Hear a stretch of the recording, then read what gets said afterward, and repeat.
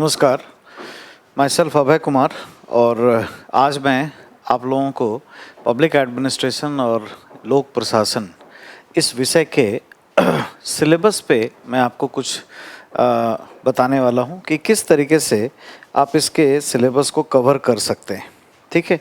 और हमें क्या ऐसे तरीके अपनाने चाहिए जिससे हम बहुत अच्छे तरीके से इसके सिलेबस को कवर कर पाएँ, ठीक है। तो पब्लिक एडमिनिस्ट्रेशन को देखते हैं। है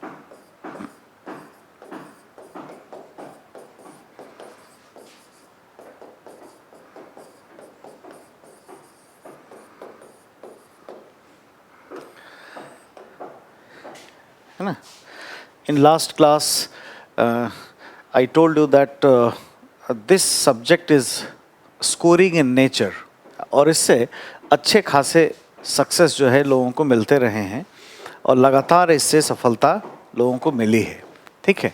तो किस तरीके से यहाँ पे हम देखें कि तैयारी को हम अपनी तैयारी को कैसे कम एनर्जी कम समय के साथ बहुत अच्छे तरीके से प्रिपेयर कर सकते हैं।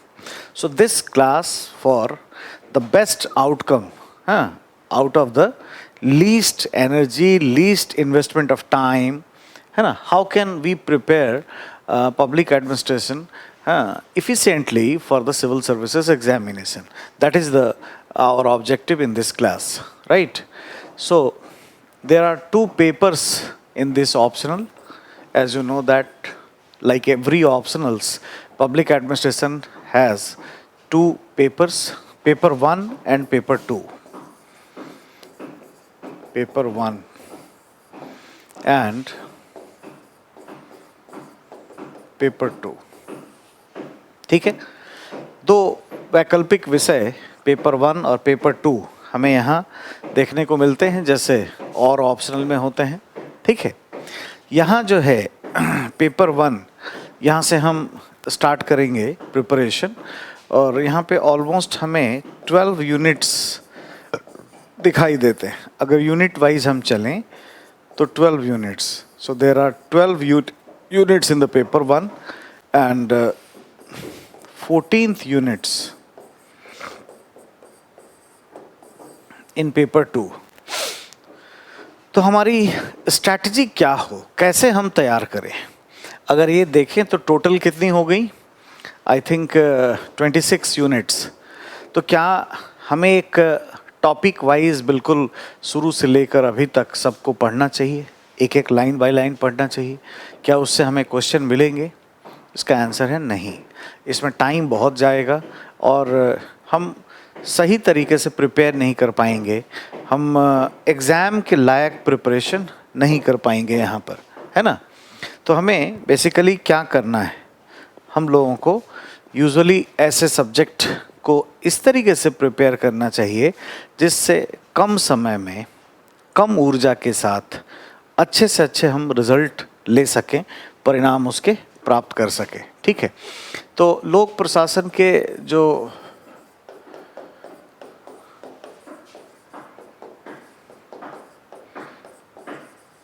सिलेबस है, ठीक है, इसको कुल मिला के कुछ पार्ट में डिवाइड करना चाहिए जैसा हमने आपको पिछले क्लासेस में बताया हुआ है, ठीक है।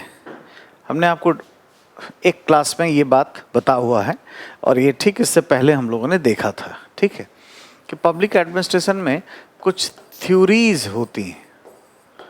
Theories, there are some theories in public administration. कुछ इसमें इसके सैद्धांतिक पहलू होते हैं, यानी थ्योरीज यहाँ पर होगी ही होगी, ठीक है। अब ये जो है थ्योरीज में पेपर 1 और पेपर 2 इन दोनों में मिलेगी, है ना। Usually people think that in paper 2 there is no theoretical aspects, but it is a misconception, right. Paper 2 has its own theoretical stuff जो हमें बहुत अच्छे से तैयार करना चाहिए। सेकेंड पेपर जो है इसमें काफ़ी थ्योरेटिकल चीज़ें हैं, ठीक है। तो पेपर 1 और पेपर 2 इनमें जो कुछ कॉमन टॉपिक हैं उसको हमें करना चाहिए, है ना। As far as paper 1 is concern, paper 1 से अगर हम देखें तो पहला 4 unit, first, second, third and 4, ये करना चाहिए। और 7, 8 और 10, ठीक है। The first one is introduction of the public administration, introduction, where we have to study the meaning, scope and nature of the public administration, and the second one is related to the theoretical aspects, theories, administrative theories. Third is related to administrative behavior. Fourth, organization. Comparative public administration is 7th, है ना. Development dynamics is 8th, and public policy is 10th, right? So there are some units in paper 1 which is related to the theoretical stuff of public administration, like 1, 2, 3, 4, 5, 6, 7, almost 7 units of paper 1. And these units are more important for examination point of view. Maximum question has been asked from this area, ठीक है। अधिक से अधिक प्रश्न हमें इसी area से देखने को मिलते हैं। और इसमें बेसिकली अगर हम चलें सिलेबस पर आएँ तो ये हिंदी में सिलेबस दिया हुआ है। जैसे हमने आपको बताया, पहला क्या है, इसके परिचय से रिलेटेड है ना, कि अर्थ क्या है, कैसे ग्रोथ हुआ इस सब्जेक्ट का, एनपीएम के बारे में पढ़ना है, पब्लिक चॉइस थ्योरी के बारे में पढ़ना है। ये पीडीएफ आपको मिल जाएगा, आपको इसमें हिंदी इंग्लिश दोनों में, और इसमें अपलोडेड रहेगा, आप आसानी से वहाँ से डाउनलोड कर सकते हैं, ठीक है। बट आपको बेसिकली सिलेबस को याद करना है, ठीक है। तो memorising syllabus is a very good strategy, हाँ, to crack in first attempt. अगर आप पहले ही अटेम्प्ट में पास करना चाहते हैं तो आपको क्या करना चाहिए, इसको बहुत अच्छी एक मेमोरी आपकी हो, तैयारी आप करते समय सिलेबस को अच्छे से याद करें, ठीक है। तो हिंदी इंग्लिश दोनों में ही आपको दे दूंगा मैं, आप पूरे तरीके से इंट्रोडक्शन के यहाँ पे फर्स्ट यूनिट, सेकंड यूनिट आगे सब दिया हुआ है, वो आप पढ़ेंगे। मैं सीधे डिस्कशन पर आता हूँ जो आपके काम का है, ठीक है। तो पहला 7 यूनिट जो है यही इसका कोर फोटे है, कोर फोकस है, हाँ। और ये अगर आप कंट्रोल में कर लेते हैं तो पब्लिक एडमिनिस्ट्रेशन आपके क्लच में आ जाता है, आपके कंट्रोल में अच्छे तरीके से आ जाता है। स्टूडेंट्स यूजुअली जो मिस्टेक करते हैं वो ये कि ढेर सारी बुक्स, अलग अलग यूनिट के अलग अलग बुक्स पढ़ते हैं, वो आपको नहीं करना चाहिए, ठीक है। मैं आऊँगा पेपर 2 में कि कौन कौन सा थ्योरेटिकल स्टफ है उस पर बात करूँगा, ठीक है। तो इस एरिया में पहले मैं बात कर लूँ। अगर आप चाहें किताब पढ़ना या आपको किताब चाहिए ही, तो मैं introduction to the study of public administration, जो कि 1926 की बुक थी एल.डी. वाइट की, उस बुक से लेकर के अब तक जितनी किताबें इस पर प्रिंट हुई हैं, मैं सबका लिस्ट आपको दे सकता हूँ, लेकिन आपको ये नहीं करना चाहिए, ठीक है। अगर आपको किताब पढ़नी है, अगर आप नए स्टूडेंट हैं, तो आप दोनों ही हैं, सबसे पहले क्या करें, 11th क्लास की एक एनसीईआरटी पढ़ें, जो कि आपको एनसीईआरटी 11th क्लास के, है ना। और हिंदी इंग्लिश दोनों ही बच्चों के लिए है, चाहे इंग्लिश मीडियम के हों या हिंदी मीडियम के, ठीक है। एक ही बुक है, इंडियन कॉन्स्टिट्यूशन एट वर्क, है ना, इसी का Hindi, Indian constitution at work, इसी का हिंदी एडिशन हिंदी वाले पढ़ सकते हैं। और वो है भारत का संविधान, भारत का संविधान, सिद्धांत एवं व्यवहार, सिद्धांत एवं व्यवहार, ठीक है। आप इसको प्रिपेयर कर सकते हैं। सबसे पहले आप यहीं से अपनी तैयारी स्टार्ट करें, ठीक है। तो आपको पहली बुक ये एक हमने बताई पढ़ने के लिए जो एनसीईआरटी है, यूजुअली इसका इस्तेमाल जो है पेपर 2 में होगा, second paper of the public administration में इस्तेमाल होगा, और जीएस पेपर 2 में ये आपको मदद करेगी। लेकिन किताब पढ़ने में सबसे पहले आपको यही पढ़ना है। अब पब्लिक एडमिनिस्ट्रेशन के थ्योरेटिकल पार्ट के लिए ये जो मैं बात कर रहा था, जैसे पहला जो है इंट्रोडक्शन के लिए है, जिसमें हमें मीनिंग, स्कोप, नेचर ये सब पढ़ना है ना। और सेकंड में थ्योरीज है, थर्ड में एडमिनिस्ट्रेटिव बिहेवियर, कम्युनिकेशन, लीडरशिप, ये सारी चीज़ें है ना। सेवन्थ में कंपैरेटिव पब्लिक एडमिनिस्ट्रेशन है, एट्थ में डेवलपमेंट डायनामिक्स, और टेंथ में पब्लिक पॉलिसी है। पब्लिक पॉलिसी के लिए लोग अलग किताब पढ़ते हैं, थ्योरीज के लिए अलग पढ़ते हैं, इंट्रोडक्शन के लिए अलग पढ़ते हैं। ये सब नहीं करना है, ये सब सिर्फ फेल करने के लिए लोग करते हैं, ये सब आपको काम करना नहीं है, ठीक है। So come to the point, public administration को प्रिपेयर करने के लिए अच्छे तरीके से हमें एक ऐसी बुक बनानी चाहिए जिस पे हमारा कमांड हो, ठीक है। एक तो पहले आपको इंस्टीट्यूट से तो नोट्स तो मिलेंगे ही मिलेंगे, रीड आईएएस के नोट्स आपको मिल जाएंगे दोनों ही मीडियम में, English as well as Hindi, ठीक है। दोनों ही मीडियम के लोग, आपको कुछ और पढ़ने की ज़रूरत नहीं है, हम लोगों ने डिज़ाइन कर रखा है और आपको नोट्स अवेलेबल करा देंगे, आसानी से आप इसको कर सकते हैं। लेकिन इसके बाद भी अगर आपको बुक पढ़ने का मन करता है तो आपको क्या पढ़ना चाहिए, ठीक है।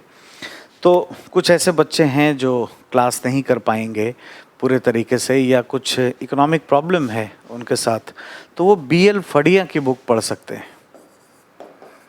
बीएल फाड़िया इनिशियल बुक है ना, बीएल फाड़िया राइटर हैं, हिंदी इंग्लिश दोनों में आती है।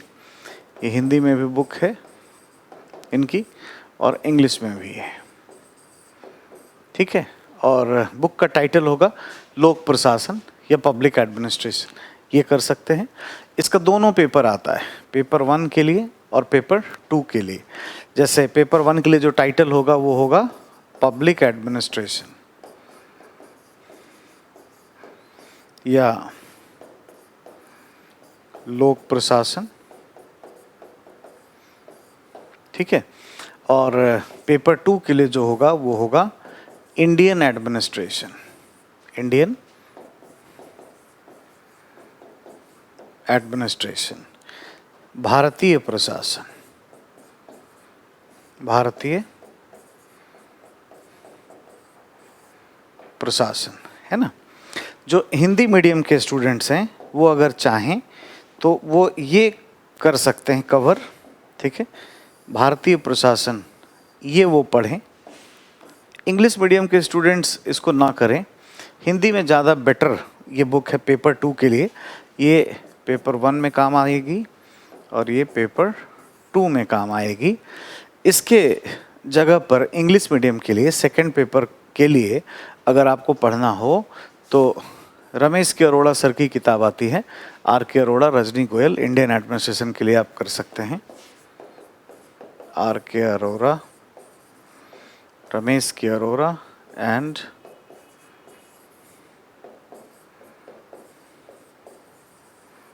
रजनी गोयल, ठीक है। तो आप इस तरीके से कर सकते हो।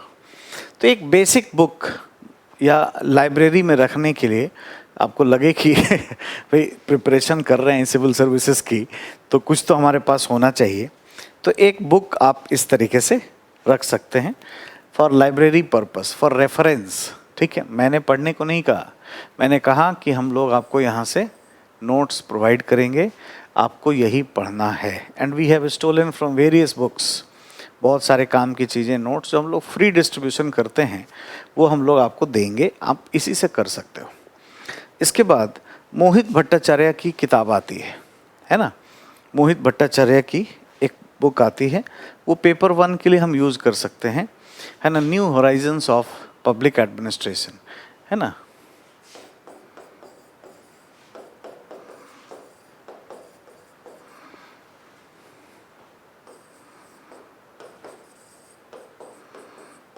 ये किताब है, या हिंदी में इसका जो टाइटल होगा लोक प्रशासन के नए आयाम। ठीक है, और ये किसका है? मोहित भट्टाचार्य।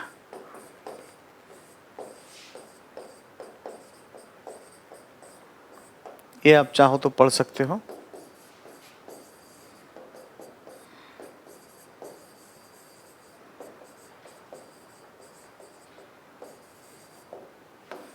ठीक है, मोहित भट्टाचार्य की ये थोड़ी कॉम्प्लिकेटेड बुक है। ठीक है, और थोड़े लैंग्वेज थोड़े से टफ हैं, लेकिन अच्छी है। आप इसको रेफरेंस बुक के रूप में ले सकते हैं, इसको प्रिपेयर कर सकते हैं अगर आप चाहें तो। हमने लेकिन कहा नहीं है, मैं फिर से रिपीट करना चाहता हूँ कि I suggest you that don't go for so many books, right. हमें नोट्स कलेक्टर नहीं बनना है। ठीक है, people are very fond to collect so many notes and material from various coaching institutes as well as so many है ना footnotes of toppers or series of books. This is not the way. ये सही तरीका नहीं है। आपको यहाँ से नोट्स मिलेंगे, यही पर्याप्त होंगे। आप क्लास में जो करोगे एनफ होगा, उसी तरीके से प्रिपेयर हम कर लेंगे। ज़्यादा पढ़ने वाले का कभी सिलेक्शन यूपीएससी में नहीं होता है। ये हमेशा ध्यान देना चाहिए कि वॉचवर्ड है, इसको पूरे तरीके से ध्यान में आप रख लें। ठीक है, इसके बाद एक जो एडमिनिस्ट्रेटिव थ्योरीज वाला पार्ट होता है, उसकी एक बुक आती है प्रशासनिक चिंतक करके, है ना, administrative thinker.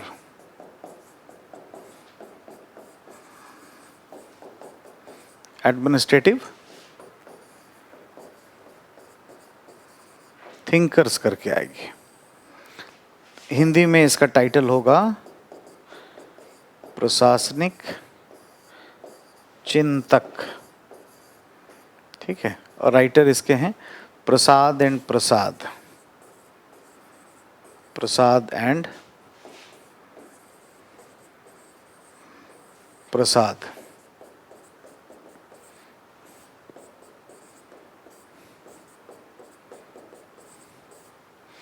Prasad and Prasad आपको, लेकिन मैंने कहा नहीं, फिर भी आपको हमने बताया कि अगर आप चाहो, आपको लगे ही कि नहीं साहब हमें बुक्स पढ़ने ही पढ़ने हैं, तो आप ये सारे बुक रेफरेंस में ले सकते हैं। इसके अलावा ऐसा आपको लोग कहते होंगे या आपके भी मन में होगा कि हम जर्नल पढ़ें, तो IIPA के जर्नल आते हैं। IIPA एक इंस्टीट्यूशन है, हाँ, जिसकी स्थापना 1954 में हुई है। Indian institute of public administration is the full form of IIPA and it is come into the force, or it has been instituted by the recommendation of the Paul H. Appleby Committee in 1954 by Pandit Nehru, the first prime minister of India. तो पंडित नेहरू के कहने पे ये स्थापित हुआ है। और जैसा न्यूयॉर्क में है IPA, institute of public administration New York, ये उसी तरह का इंस्टीट्यूशन है और उसी तरह का ये ऑर्गेनाइजेशन है जो हमें देखने को मिलता है, जिसकी स्थापना हुई है। यहाँ से जर्नल पब्लिश होता है। आप इसका सब्सक्रिप्शन ले सकते हैं। ठीक है, ये जर्नल हिंदी इंग्लिश दोनों में आते हैं, इंग्लिश में भी आता है और हिंदी में भी आता है। आप चाहें तो दोनों ले सकते हैं, मैंने लेकिन आपको कहा नहीं है, है ना। हम लोग जो कोर्स कराएंगे, in my course all the important journals, not only from IIPA, Ramesh K Arora sir खुद ही MDA के चेयरपर्सन हैं, वो भी मैनेजमेंट चेंज करके एक जर्नल पब्लिश करते हैं जो बहुत ही बेहतर है, अच्छे अच्छे लेखक उसमें हैं।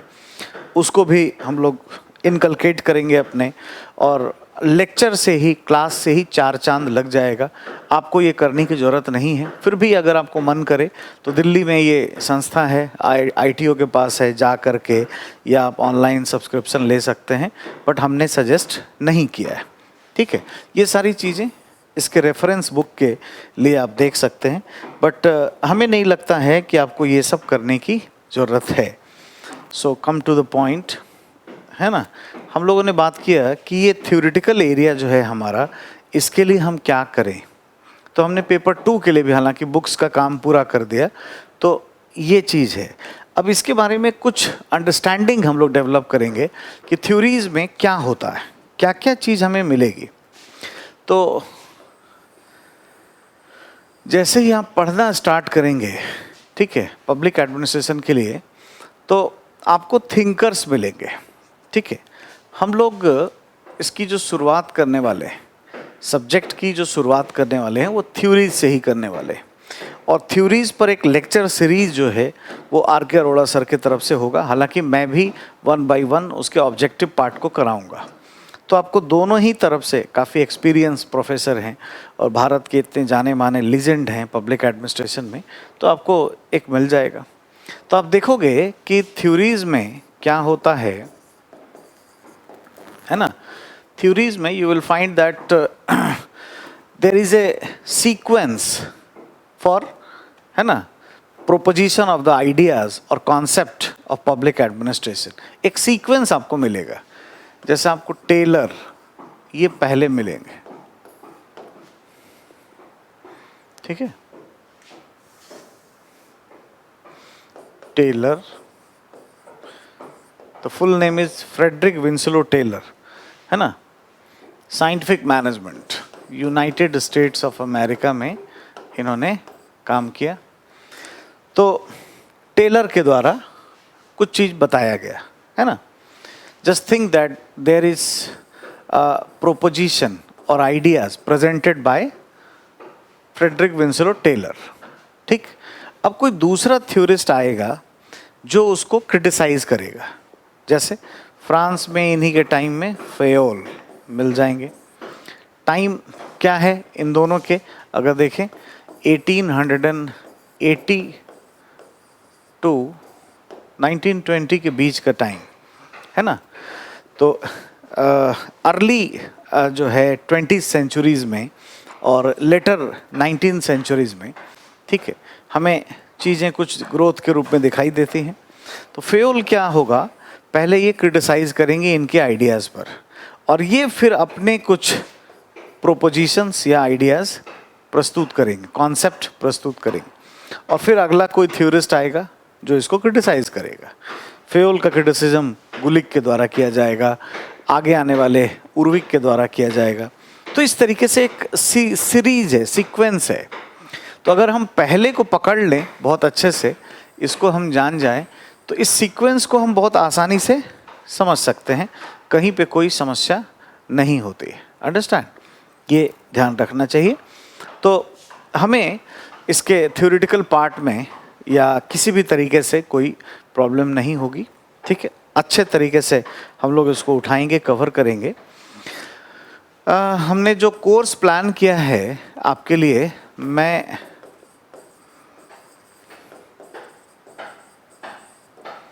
ठीक है,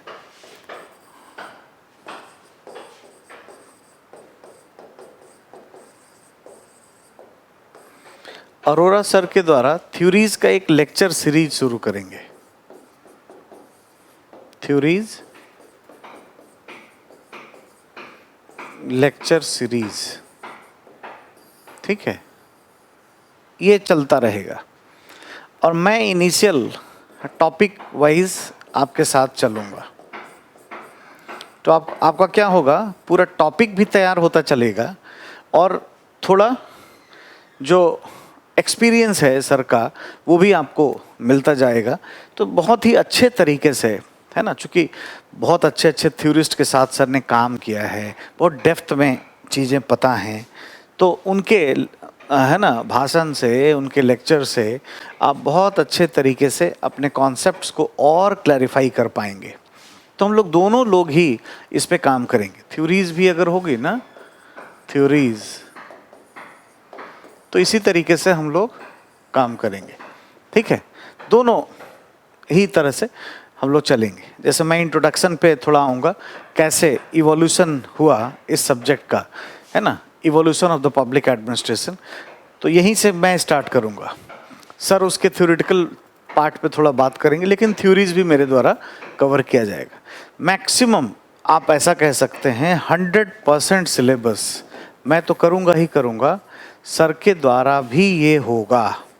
मतलब आपके पास ये चॉइस होगा, ये प्लेजर होगा, आप ऐसा कह सकते हैं कि आप सेम टॉपिक को मुझसे और सर से, दोनों लोगों से सुन सकते हैं और अपनी तैयारी को और बेहतर बना सकते हैं। एग्जामिनेशन ओरिएंटेड जो है स्टफ़ आपका प्रिपेयर अच्छे तरीके से हो जाएगा यहाँ पे, ठीक है।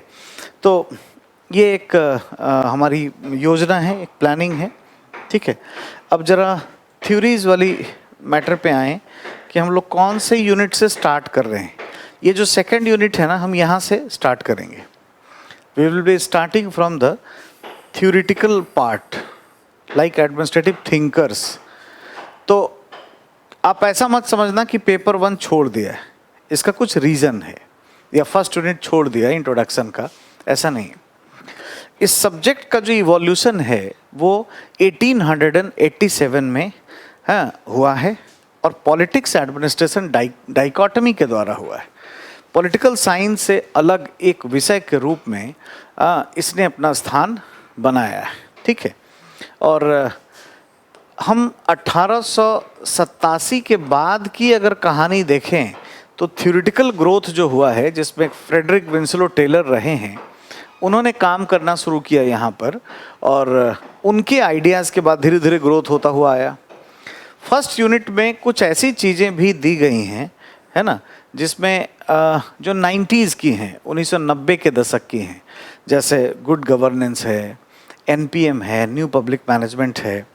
तो मतलब यहाँ से पढ़ेंगे तो एक सीक्वेंस आपका बना रहेगा कायदे से। इसमें जो चीज़ें हैं, मैं कहता हूँ कि उसको सबसे लास्ट में होना चाहिए, इसका टाइटल इंट्रोडक्शन नहीं कंक्लूजन होना चाहिए था, ठीक है, क्योंकि इसमें पढ़ना है meaning of the public administration, ठीक है।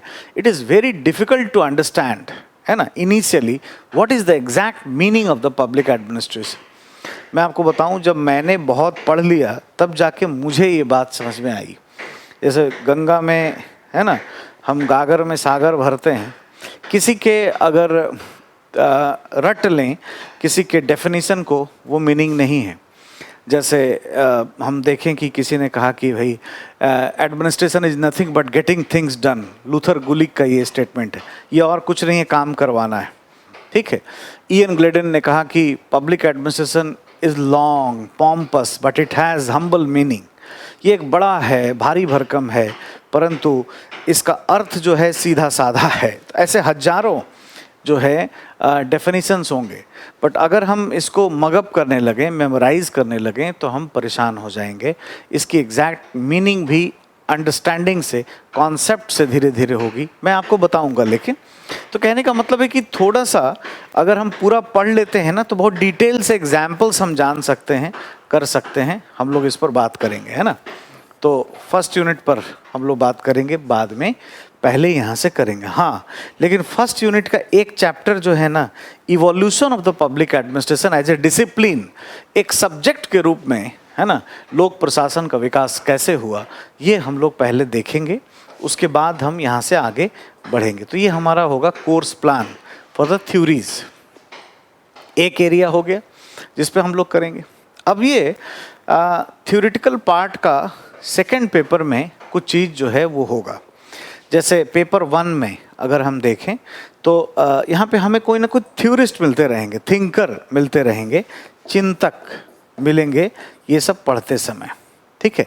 लेकिन जैसे ही सेकंड पेपर में आएंगे, यहाँ पर भी एक यूनिट है जहाँ हमें थिंकर मिलते हैं, और वो है unit number 8, sorry unit number 2।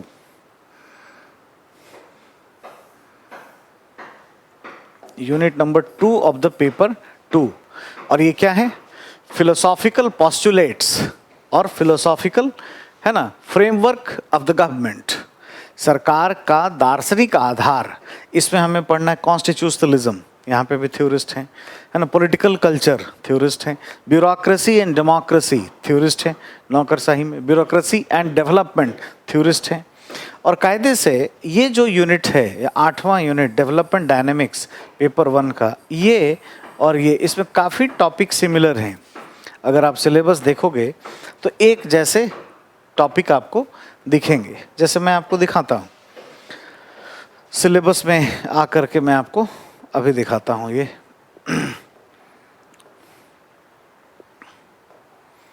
ठीक है,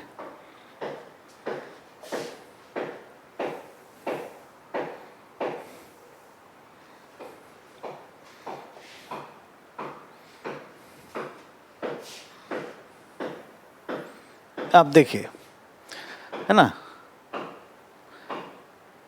डेवलपमेंट डायनामिक्स, ये जो है ये 8वां यूनिट है। Development dynamics is the 8th unit, unit 8, हाँ, ऑफ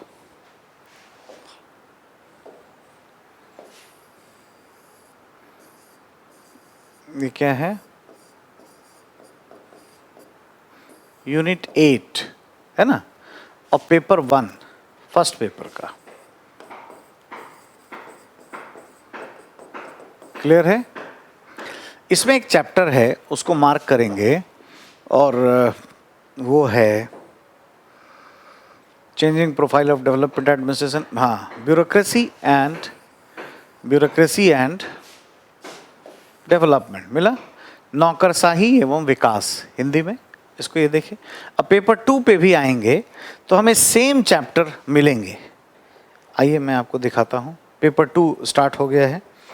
ठीक है, पेपर 2 का जो सेकंड यूनिट है आ गया है आपके सामने।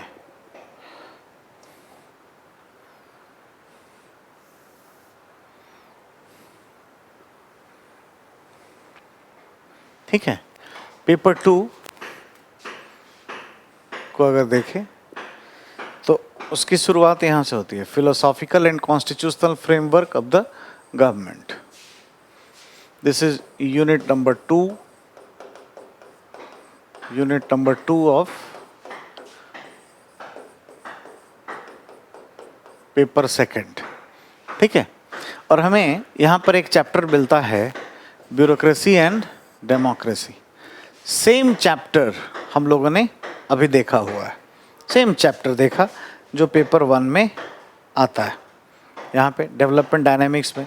तो पेपर 1 का 8वां यूनिट, उसमें एक चैप्टर कॉमन है और पेपर 2 में भी है। इसीलिए आपको हमने बताया, ऐसा नहीं सोचना चाहिए कि पेपर 2 में कुछ भी थ्योरेटिकल पार्ट नहीं है और ये एक तरह का मिथ है। ठीक है, हमें ध्यान देना है कि इन दोनों में कॉमन चीज़ें भी हैं, खास करके यूनिट नंबर 2 में यहाँ पे हमें तैयारी करना है, जैसे ब्यूरोक्रेसी एंड डेमोक्रेसी। तो हम लोग एक साथ ही पढ़ेंगे, मतलब ये सारे यूनिट्स एक साथ कवर किए जाएंगे। ठीक है, थ्योरीज में ये 7 यूनिट पेपर 1 के और पेपर 2 का 1 यूनिट जो इसके साथ ही हो जाएगा। इवन इंट्रोडक्शन में कौटिल्य से रिलेटेड है, वो होगा। वैसे मैं आपको बताऊं कि आपको इतने पंगे लेने की आवश्यकता ही नहीं है, हमारी यही स्ट्रैटेजी है कि कोई स्ट्रैटेजी ही नहीं है ना। Best strategy is what, there is no strategy at all, and this is my style of teaching. मैं कुछ भी नहीं छोड़ूंगा, खुद ही एक एक चैप्टर मैं खुद कराऊंगा, और जिस सीक्वेंस से क्लास कराया जाएगा उस सीक्वेंस से आप करिए, आसानी से आप कवर कर पाएंगे। लेकिन फिर भी आपको पता होना चाहिए कि भाई पहला डेस्टिनेशन क्या है, कहीं जाना है तो कहाँ पर ब्रेक लेंगे, कहाँ क्या होगा, ये सभी आपको जानना चाहिए। मैं इसीलिए ये चीज़ बता रहा हूँ। क्लियर है? ये पहला हो गया, थ्योरीज की बात ये हो गई। अब जो दूसरा है, इसका दूसरा पार्ट जो हमें देखना है, that is accountability and control, जो हमें पब्लिक एडमिनिस्ट्रेशन में पढ़ना होता है। अकाउंटेबिलिटी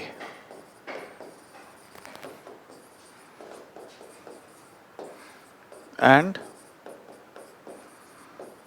कंट्रोल, हिंदी में उत्तरदायित्व एवं नियंत्रण। ठीक है, अब इसके कुछ यूनिट्स हैं जो हमें प्रिपेयर करने हैं, और इसमें पेपर 1 और पेपर 2 दोनों से कॉमन चीज़ें हैं जो हम एक साथ तैयारी करेंगे। यहाँ हम लिखते हैं पेपर 1 के लिए and paper 2, right. In paper 1 you will find a unit called accountability and control. ठीक है, आप उत्तरदायित्व एवं नियंत्रण के नाम से एक यूनिट पाएंगे, है ना, इन विच you have to study the RTI, Citizen Charter, Judicial Review, है ना, Administrative Accountability and Judicial Control over Administration, Legislative Control over Administration and Executive Control over Administration. ढेर सारी चीज़ें आपको यहाँ पर पढ़नी है, ठीक है। और एक यूनिट है, यूनिट नंबर, ठीक है, unit number 06 and this is related to the administrative law, प्रशासनिक कानून। एडमिनिस्ट्रेटिव लॉ भी अकाउंटेबिलिटी के लिए ही है ना। What is administrative law? Administrative law क्या है भाई? कुछ भी ऐसा, कोई भी लॉ। अब लॉ क्या है? लॉ वो सिर्फ नहीं है जो पार्लियामेंट के द्वारा संकल्प में पारित किया गया। ट्रेडिशन, कस्टम, बहुत सारी चीज़ें डिटेल से हम लोग देखेंगे, इस पे बात करेंगे। सभी लॉ में आता है, ठीक है। कार्यपालक शासनादेश, ऑफिशियल ऑर्डर, हाँ, resolution of the parliament, tradition, custom, conventions of the society, है ना, इवन कैनन्स, आध्यात्मिक संगठन जो हैं उनके द्वारा भी कुछ कहे जाते हैं, वो सब भी लॉ में आते हैं। और आर्टिकल 13 में आप इसको देख सकते हैं, इसके बारे में हम लोगों ने हमारे कॉन्स्टिट्यूशन में भी रखा है। तो लॉ सिर्फ वो नहीं है जो पार्लियामेंट से पारित होता है। लॉ किस लिए है? प्रशासनिक कानून, एडमिनिस्ट्रेटिव लॉ पढ़ेंगे हम लोग। प्रशासन के विवेकाधिकार को कम करने के लिए, mitigation of the discretionary power of the administrative system. What is the objective of the administrative law? तो डिस्क्रिशन को कंट्रोल करना, ये किस लिए होगा? तो अकाउंटेबिलिटी के लिए। भले ही इसका टाइटल नहीं है अकाउंटेबिलिटी एंड कंट्रोल, टाइटल यहाँ पर लिखा हुआ है, लेकिन हम लोग भी इसको इसी कैटेगरी में रखेंगे, इसी तरीके से तैयार करेंगे, है ना। एक यूनिट और है और वो है यूनिट नंबर 10, ठीक है। आप अपना सिलेबस हाथ में रखिए और मैंने PDF में दे रहा हूँ आपको, हिंदी इंग्लिश दोनों में, आसानी से आप उसको देख सकते हैं। यूनिट 10 जो है ये किस चीज़ से रिलेटेड है? यूनिट नंबर 10 जो है ये बेसिकली रिलेटेड है techniques for the administrative improvements, है ना, प्रशासनिक सुधार की तकनीक से संबंधित है। प्रशासनिक सुधार होगा तो क्या होगा? उत्तरदायित्व तो बढ़ेगा, अकाउंटेबिलिटी बढ़ेगी। तो ये तीनों यूनिट पेपर 1 के इस कैटेगरी में हम लोग प्रिपेयर करेंगे और पेपर 2 में भी इससे रिलेटेड कुछ चीज़ें मिल जाती हैं जो हमें एक साथ तैयार करना चाहिए, है ना। जैसे पेपर 2 में एक यूनिट है, यूनिट नंबर 10। यूनिट 10 ये रिफॉर्म से है, administrative reform in India, Bharat में प्रशासनिक सुधार। किस लिए होगा? जितनी कमिटीज़ बनी उनके रिकमेंडेशंस पढ़ते हैं, ठीक है। किस लिए पढ़ते हैं? अकाउंटेबिलिटी को बढ़ाने के लिए पढ़ते हैं, दैट्स ऑल, ठीक है। इसके बाद एक यूनिट है 14th, लास्ट यूनिट है, यूनिट नंबर 14, ये हम देखते हैं, ठीक है। और ये क्या है? इशूज़ हम लोग पढ़ते हैं, है ना। ये क्या है? इशूज़ ऑफ इंडियन एडमिनिस्ट्रेशन, भारतीय प्रशासन के मुद्दे किस लिए होते हैं? जैसे हम पढ़ेंगे इसमें NHRC, तो NHRC क्या करने के लिए है? पुलिस एडमिनिस्ट्रेशन में अकाउंटेबिलिटी बढ़ाने के लिए कि घटाने के लिए? तो बढ़ाने के लिए। तो जाहिर है जो भी हम यहाँ भी पढ़ेंगे ये सभी क्या है? अकाउंटेबिलिटी एंड कंट्रोल से रिलेटेड पार्ट है। तो जैसा हिस्ट्री में होता है ना, एक एंशिएंट इंडिया, उसके बाद मिडिवल इंडिया, फिर उसके बाद मॉडर्न इंडिया, इस तरीके से कंटेंट वाइज सेगमेंटेशन हमें कर लेना चाहिए कि भाई पब्लिक एडमिनिस्ट्रेशन में हमें क्या पढ़ना है, सिलेबस को हम कैसे पिक करें, कैसे चलें ले करके। तो एक तो थ्योरेटिकल पार्ट पढ़ना है हमें, उसके बाद क्या है? कुछ अकाउंटेबिलिटी, प्रशासन में उत्तरदायित्व को बढ़ाने वाली बात होगी, उत्तरदायित्व एवं नियंत्रण। तो इस तरीके से अकाउंटेबिलिटी एंड कंट्रोल से रिलेटेड भी चैप्टर जो है हम लोगों को कवर करना है और ये सेम आपको कराया जाएगा। मतलब इसका आप अलग एक चैप्टर रखें, जैसा आप हिस्ट्री में पढ़ते हो एंशिएंट मिडिवल, या फिर आप ज्योग्राफी में, है ना, आप जियोमॉर्फोलॉजी, क्लाइमेटोलॉजी ऐसी चीज़ें करते हो। ऐसा 2 पार्ट आपने देखा कि एक तो थ्योरीज है और दूसरा पार्ट जो है वो अकाउंटेबिलिटी एंड कंट्रोल है। और तीसरा पार्ट जो होगा वो होगा पर्सनल एडमिनिस्ट्रेशन, पर्सनल एडमिनिस्ट्रेशन, है ना, या कार्मिक प्रशासन, हिंदी में कार्मिक प्रशासन। इसकी जब हम तैयारी करेंगे तो ये 2 यूनिट जो है वो एक साथ करेंगे पेपर 1 के तरफ से। Paper 1, in paper 1 you will find personal administration in unit number 9, right. तो इसको हम लोग देखेंगे और पेपर 2 में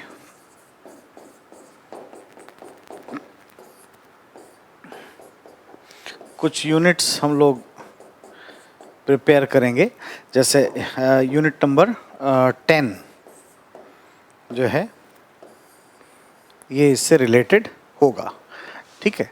तो एग्जैक्टली हम लोग एक साथ प्रिपेयर करेंगे इसको और हम लोग देख पाएंगे, ठीक है।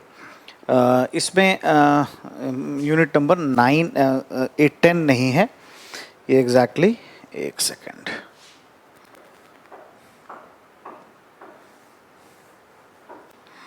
यूनिट 8 है, राइट। सो ये दोनों हम लोग साथ में करेंगे। क्यों करेंगे इसको देखिए। अगर यूनिट 9 को देखते हैं तो इसमें हमें मिलता है कि कैसे रिक्रूटमेंट होगा, तो यहाँ पे यूपीएससी मिल जाएगी पढ़ने के लिए, ठीक है, हमें इस पे ध्यान देना होगा। अगर हमें ट्रेनिंग की बात करनी है तो इंडिया में ट्रेनिंग के लिए क्या रिफॉर्म किया जा रहा है, दोनों पैरेलल हम लोग देखेंगे। इसकी अपनी एक कनेक्टिविटी है जो हमें साथ में तैयार करेंगी, ठीक है। तो ये एक आपका अगला पार्ट हो जाएगा। बहुत इंपॉर्टेंट एरिया ये नहीं है, लेकिन यहाँ से भी क्वेश्चंस आते हैं। जैसे सबसे ज़्यादा क्वेश्चंस कहाँ से आएंगे वो अभी हम बात करेंगे, एक बार कंप्लीट कर लें फिर उसको देखेंगे, ठीक है। नेक्स्ट जो एक एरिया होगा that is financial administration, financial administration, ठीक है, वित्तीय प्रशासन,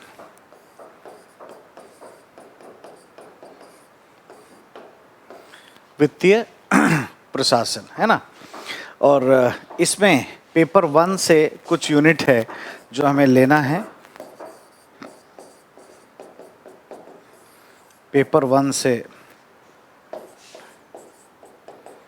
यूनिट नंबर 12 ये हमें तैयार करने हैं, ठीक है, जिसमें हम लोग पढ़ेंगे बजट, कॉन्सेप्शन ऑफ बजट, है ना, formation of budget, enactment of budget, execution of budget, budget कैसे बनता है, कैसे पारित होता है, इसका क्रियान्वयन कैसे होता है, ऐसी तमाम चीज़ें हम लोग यहाँ से पढ़ते हैं, ठीक है। एंड इसी के कुछ सिमिलर टॉपिक हैं जो पेपर 2 में हैं जो हमें एक साथ करने चाहिए, ठीक है। एक तो जो इसमें इम्पॉर्टेंट एरिया है इसका वो है unit number 3, unit 3 PSUs, public sector undertaking. जो फिनेंशियल एडमिनिस्ट्रेशन के कॉन्सेप्ट हैं उसको यहाँ पर हम क्रियान्वित करते हैं। जैसे भारत की जितनी कंपनियाँ हैं या लोक निगम हैं कैसे काम करती हैं, क्या क्या चैलेंजेस उनके हैं, है ना, सब कुछ हम लोग यहाँ देखेंगे। इसके बाद यूनिट नंबर 9 ये जो एरिया है इसको भी हम लोग प्रिपेयर करेंगे, जो इसके साथ ही देखने को मिलेगा। जैसे role of ministry of finance for budgeting, यहाँ है कॉन्सेप्शन ऑफ बजट पेपर 1 में, तो मिनिस्ट्री ऑफ फिनेंस कैसे काम करता है ये पढ़ना है, ठीक है। अगर यहाँ पढ़ते हैं ऑडिटिंग तो वहाँ पढ़ना है CAG, यहाँ पढ़ना है अकाउंटिंग तो वहाँ पढ़ना है CGA, controller general of accounts, role and the functions of, है ना, controller general of accounts, challenges of the CGA, बहुत सारी चीज़ें हैं यहाँ जो कॉमन हैं। ये 3 यूनिट्स हम लोग एक साथ प्रिपेयर करेंगे तो हमारा क्या है, फिनेंस वाला एरिया भी तैयार हो जाएगा। और इस तरीके से पेपर 1 के सारे यूनिट्स कंप्लीट हो गए। कैसे, पहला 4, 7, 8, 10 ये कहाँ गए, थ्योरीज में गए।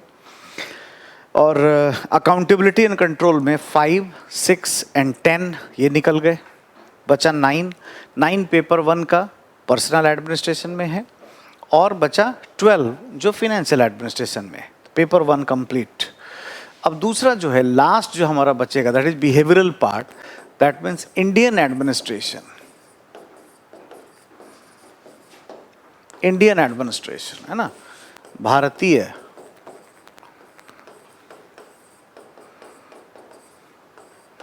प्रशासन। अब इसमें से ये जो एक पार्ट है, पेपर 1 में तो कुछ भी नहीं है, तो कुछ भी शेष बचा नहीं है यहाँ से। पेपर 2 के कुछ टॉपिक हैं जो हमें यहाँ प्रिपेयर करने होते हैं। कुछ यूनिट जो बच गए हैं, जैसे पहला यूनिट है ना, इवोल्यूशन ऑफ इंडियन एडमिनिस्ट्रेशन, जैसे ब्रिटिश लीगेसी, कौटिल्य, मुगल, ये सभी हमें यहाँ पढ़ना है, ठीक है। उसके बाद जो सेकंड है वो थ्योरीज के साथ ही हम लोग कर रहे हैं। थर्ड जो है वो PSUs, फिनेंशियल एडमिनिस्ट्रेशन के साथ कर रहे हैं। तो हमें सीधे पहले के बाद आ जाना है फोर्थ पर। फोर्थ क्या है ना, government and administration at the union level, संघ के स्तर पर, राष्ट्रपति है ना, प्रधानमंत्री, प्राइम मिनिस्टर ऑफिस, ऐसी चीज़ें यहाँ पढ़नी है। जब ये पढ़ेंगे तो साथ में यूनिट नंबर 6 पढ़ लेंगे। ये क्या है, स्टेट लेवल पर गवर्नमेंट और एडमिनिस्ट्रेटिव सिस्टम क्या है। जब यूनियन में हम पढ़ेंगे कैबिनेट सेक्रेटरी, तो स्टेट के चीफ सेक्रेटरी को भी साथ में पढ़ लेंगे। तो चौथा और छठा यूनिट ये एक साथ हम लोग करेंगे। पांचवा यूनिट है plans and priorities, NITI Aayog, उनके फंक्शंस, ये तमाम चीज़ें हमें करनी है ना। 7th यूनिट जो है वो डिस्ट्रिक्ट मैजिस्ट्रेट से रिलेटेड है ना, changing profile of district magistrate, क्या जिलाधिकारी की भूमिका में बदलाव हो रहा है, ठीक है। ये बड़ा इंटरेस्टिंग सब टॉपिक है और ये सब GS का पार्ट है। मैं अभी आऊँगा और बात करूँगा कि GS से हटके क्या क्या है, बाकी है ना तमाम चीज़ें हम यहाँ देखेंगे, ठीक है। इसका जो 8वां यूनिट है पेपर 2 का, वो हम लोग कार्मिक प्रशासन के साथ बात करेंगे, ऑलरेडी हमने देख लिया है। 9th जो है वो फिनेंस के साथ देखेंगे। 10th अकाउंटेबिलिटी एंड कंट्रोल के साथ देखेंगे। तो अब क्या बचा, 11, 12 एंड 13।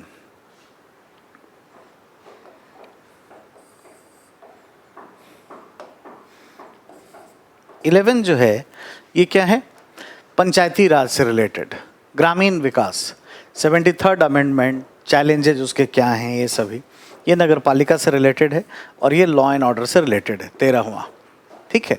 अर्बन एरिया में यूनिट नंबर 12 और ये फाइनली हमें कानून एवं व्यवस्था से संबंधित है।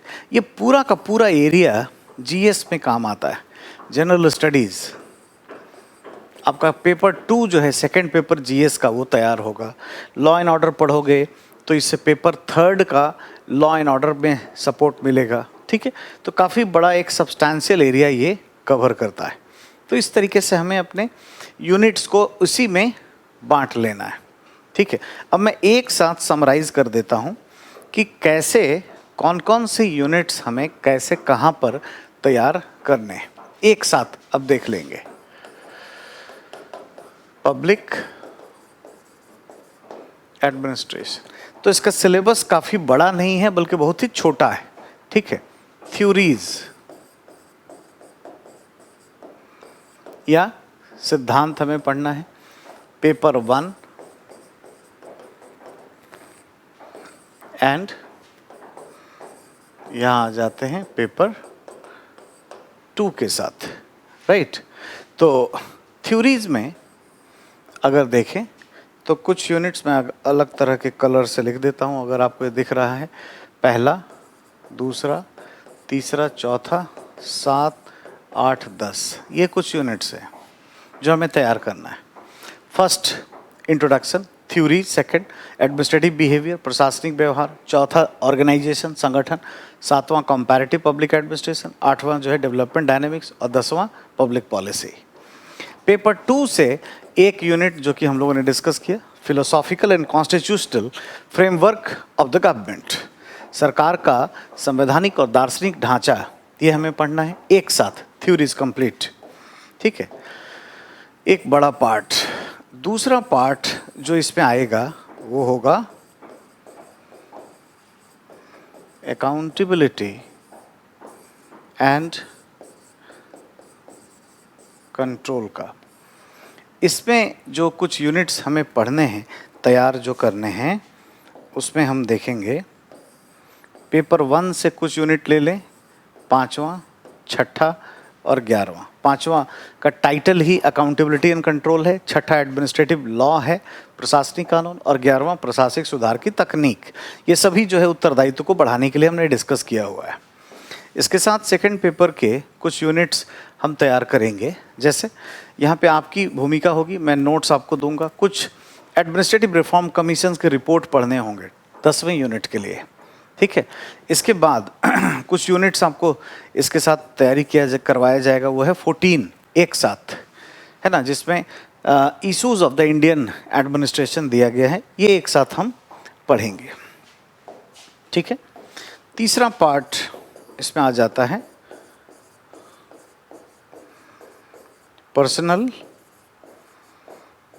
एडमिनिस्ट्रेशन।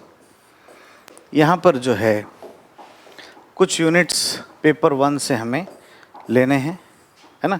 जैसे यूनिट नंबर 9, पेपर 2 में कार्मिक प्रशासन का यूनिट नंबर 8 हो जाता है, ठीक है। उसके बाद चौथा जो है फिनेंशियल एडमिनिस्ट्रेशन है, वित्त प्रशासन। वित्त प्रशासन का जो यूनिट होगा वो